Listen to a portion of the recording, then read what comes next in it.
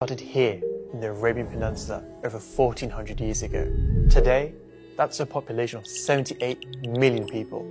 That sounds like a lot of Muslims, but if we go 7,500 kilometers across the Indian Ocean to this tiny little archipelago called Indonesia, the Muslim population is far greater than just 78 million people. It's actually more than double that. In fact, right now, Indonesia has a Muslim population of over 200 million Muslims. To put that into perspective, that's larger than Saudi Arabia, Yemen, Oman, Syria, Jordan, Iraq, and Egypt combined. Right now, the island of Indonesia holds the largest population of Muslims, more than any other country in the world.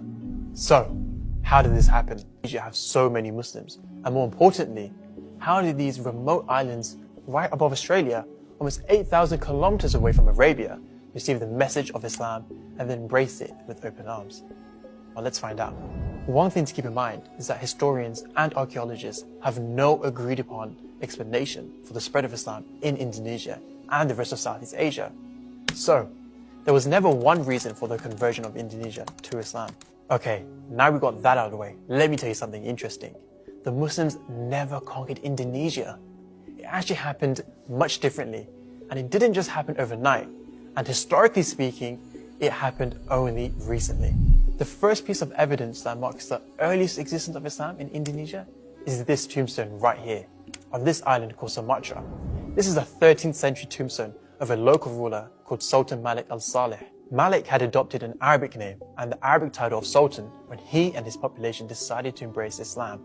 Here's what's amazing about this tombstone. It's designed with patterns that are typical to this Indian state, all the way over here called Gujarat. So how did this Indonesian tombstone become somehow linked with this Indian state over here? Well, the Muslims of Gujarat were known to be these risk-taking traders who'd go on these far and incredibly dangerous expeditions. They formed these trade routes which were also used as a means of spreading Islam to far regions around the world, like Indonesia. And so, the whole Muslim world now had access to Indonesia and trade relationships formed. This brought migration from various Muslim countries. But it wasn't just trade that brought Islam to Indonesia. Like for instance, there was this guy, Zheng He, a Muslim Chinese admiral who sailed with these massive fleet of gigantic mega ships. During the 15th century, he would go on these epic voyages all across the Indian Ocean to form diplomatic ties and trade partnerships with other countries. He would take nearly 30,000 men on his 317 ships to more than 35 countries, presenting China and all of its treasures to the world. His story is actually quite amazing, but that's a story for another time. Anyway, as Zheng He traveled with his football stadium-sized fleet, he would make a series of stops across the world like Sumatra and Java in Indonesia. And so, he made a huge impression on the native Indonesians, and is often credited for spreading Islam in Indonesia.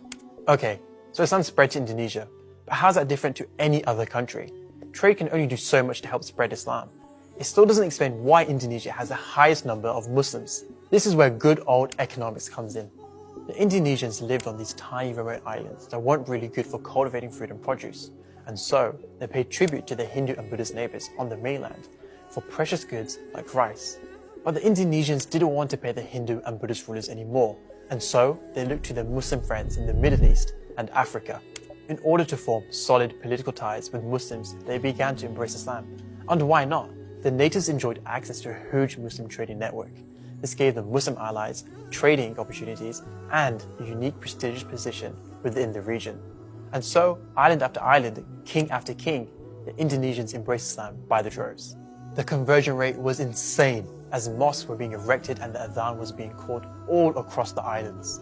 So did the Indonesians embrace Islam to enjoy all these wonderful perks and benefits? Well, no, not really. Indonesia didn't just passively embrace a new religion for materialistic reasons. Instead, they opened their arms to Islam and let its teachings influence their culture, language, food, and even martial arts. This is why Indonesia has the most amount of Muslims than any other country in the world, because they found something beautiful in the message of Islam and were honored by it. The story of Indonesia proves that Islam doesn't need to spread through conquering, but by having good character and showing good treatment. This is why there are over 200 million Muslims living there today.